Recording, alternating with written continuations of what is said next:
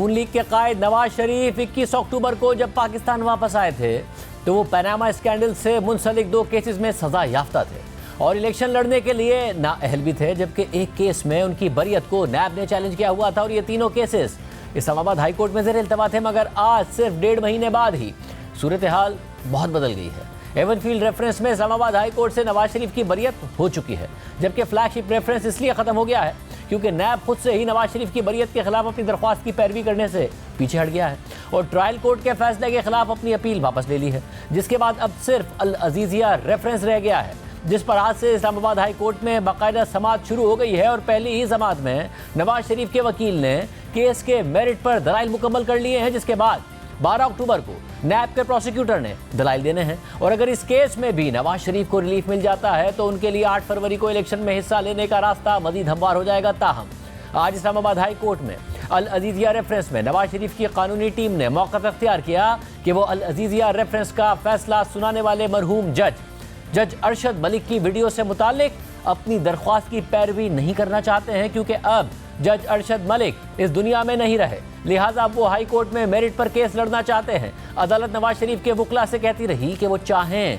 तो अदालत केस एहतसाब अदालत को वापस भेज सकती है, यानी रिमांड बैक कर सकती है। नैब के वकील ने भी अदालत से यही इस्तदा की, मगर नवाज शरीफ के वकला नहीं माने और इसरार करते रहे कि वो मेरिट पर इस्लामाबाद हाई कोर्ट में ही केस लड़ना चाहते हैं, जिसके बाद अदालत ने केस रिमांड बैक करने के बजाय मेरिट पर दलाइल सुनने का फैसला कर लिया। हालांकि अगर अदालत केस को एहतसाब अदालत में वापस भेज देती तो नवाज शरीफ का स्टेटस मुजरिम से मुल्जिम हो जाता और उनकी नाअहली भी खत्म हो जाती, लेकिन ट्रायल दोबारा शुरू होता, जिसे मुकम्मल होने में मजीद वक्त भी लग सकता था। मगर नवाज शरीफ के वकील इस दरख्वास्त की पैरवी से ही पीछे हट गए और इस्लामाबाद हाई कोर्ट में ही मेरिट पर केस लड़ने के लिए इसरार करते रहे।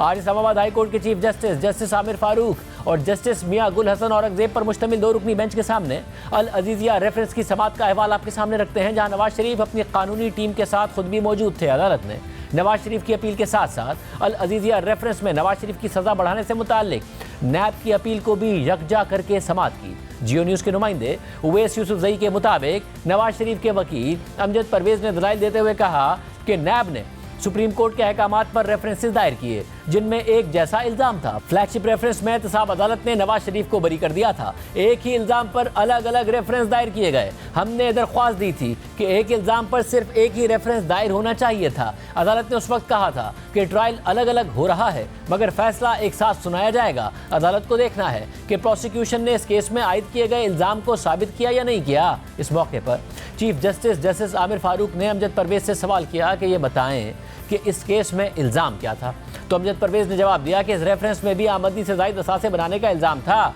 जीआईडी के मुताबिक सऊदी अरब की अथॉरिटीज़ को एमएलए भेजा गया जिसका जवाब नहीं आया। पिछले 7 साल में हमारा यही मौक़िफ़ रहा कि वालिद ने अल अजीजिया स्टील मिल्स बनाई थी। नवाज शरीफ का कभी भी किसी तौर पर भी इससे कोई ताल्लुक नहीं रहा। अल अजीजिया स्टील मिल्स 2001 और हिल मेटल एस्टैब्लिशमेंट 2005 में बनाई गई। जब अल अजीजिया स्टील मिल्स लगाई गई तो हुसैन नवाज की उम्र 28 साल थी। नवाज शरीफ का ये केस पिछले केस से भी बेहतर है क्योंकि वो इस अरसे में पब्लिक ऑफिस होल्डर भी नहीं थे।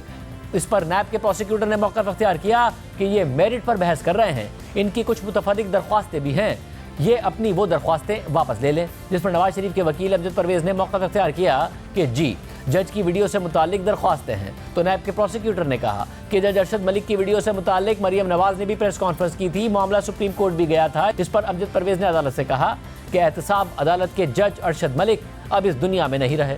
जज वीडियो स्कैंडल से मुतालिक अपनी दरख्वास्त की पैरवी नहीं करेंगे।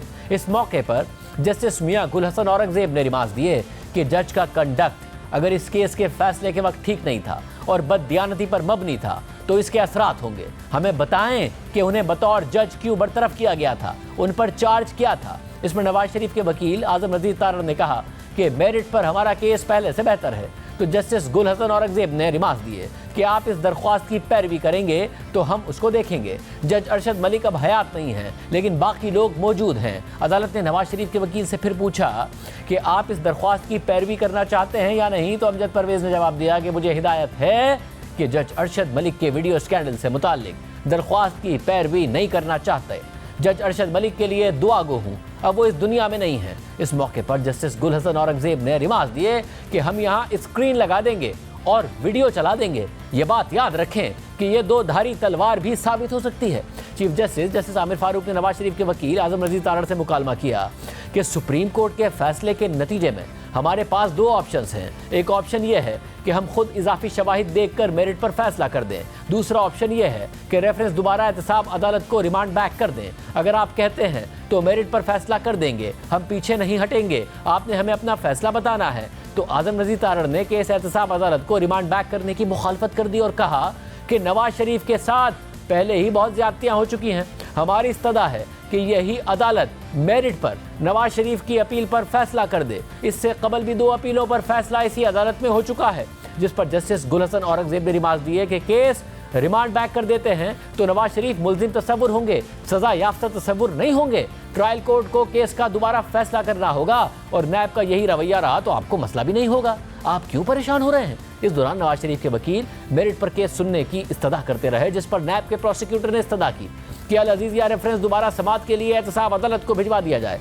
अपील का मेरिट पर फैसला किया गया तो फिर भी तशनीगी बाकी रह जाएगी, लेकिन अगर केस रिमांड बैक किया जाएगा तो एहतसाब अदालत दोबारा फैसला सुना सकती है। और फिर फरीकैन का मौक़िफ़ सुनने के बाद आज ही अदालत ने फैसला सुना दिया कि इस्लामाबाद हाई कोर्ट अल अजीजिया रेफरेंस को रिमांड बैक नहीं करेगी, बल्कि खुद मेरिट पर दलाइल सुनेगी। जिसके बाद नवाज शरीफ के वकील अमजद परवेज एडवोकेट ने दलाइल का आगाज़ कर दिया और फर्द जुर्म पढ़कर सुनाई और मौक़िफ़ इख्तियार किया कि बेटे ने बाप को बाहर से बैंकिंग चैनल के जरिए रकम भिजवाई। हिल मेटल एस्टैब्लिशमेंट बनाने के 4 साल बाद ये रकम भिजवाई गई। 2017 में हुसैन नवाज के अकाउंट से जो रकम आई वो टैक्स रिटर्न्स में भी जाहिर की गई। अल अजीजिया स्टील मिल्स और हिल मेटल एस्टैब्लिशमेंट से नवाज शरीफ का कोई ताल्लुक नहीं है। नवाज शरीफ ने कभी इन दोनों कंपनियों की मिल्कियत का दावा ही नहीं किया। ये मौक़िफ़ सुप्रीम कोर्ट, GIT और ट्रायल कोर्ट के सामने भी रखा गया। बेटे की तरफ से वालिद को बाहर से रकम भिजवाना कोई जुर्म नहीं है। अमजद परवेज ने दलाइल के मुताबिक ये कहते हैं कि आपको रकम आई है तो दरअसल आप इसके असल मालिक हैं। नैब ने नवाज शरीफ के खिलाफ ऑडिट फर्म की एक फोटोकॉपी पर इन्हिसार किया। शरीफ फैमिली ने 1976 में दुबई में गल्फ स्टील मिल्स लगाई। ये गल्फ की सबसे बड़ी स्टील मिल्स थी जो दुबई में लगाई गई। नैब ने अल अजीजिया स्टील मिल्स के क़याम के लिए नवाज शरीफ की तरफ से रकम भिजवाना साबित करना था।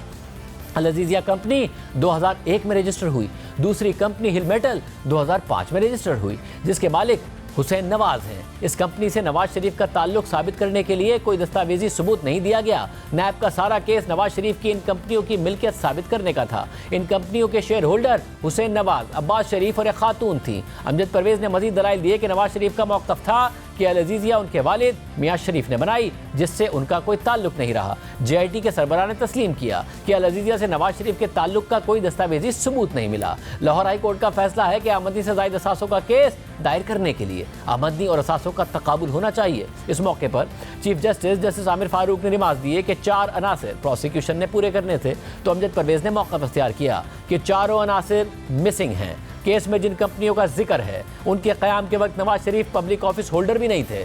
चीफ जस्टिस आमिर फारूक ने सवाल पूछा कि क्या अल अजीजिया कंपनी की तरफ से नवाज शरीफ को अदा की गई तनख्वाहों से मुतालिक दस्तावेज मुसद्दिका है? जिस शख्स ने तनख्वाह की दस्तावेज तैयार की, क्या उसने किसी अदालत में आकर तस्दीक की? तो अमजद परवेज ने जवाब दिया कि काबिल वसूल तनख्वाह की दस्तावेज तैयार करने वाले चार्टर्ड अकाउंटेंट ने कभी अदालत में तस्दीक नहीं की। ये सब फोटोकॉपी दस्तावेज हैं। एवन फील्ड अपार्टमेंट केस में अदालत ने फोटोकॉपी दस्तावेज को बतौर सबूत नाकाबिल कबूल करार दिया। इस दस्तावेज की कबाड़ से ज़्यादा कोई अहमियत नहीं है। इसके बाद नवाज शरीफ के वकील अमजद परवेज एडवोकेट के दलाइल मुकम्मल हो गए तो अदालत ने समाअत 12 दिसंबर तक मुलतवी कर दी, जिसमें नैब के प्रोसिक्यूटर ने दलाइल देने हैं। पूरी सूरत हाल पर बात करेंगे कि क्यों इतनी बड़ी हिकमत अमली में नून लीग तब्दीली लेके आई है, जिससे नवाज शरीफ फंस भी सकते हैं।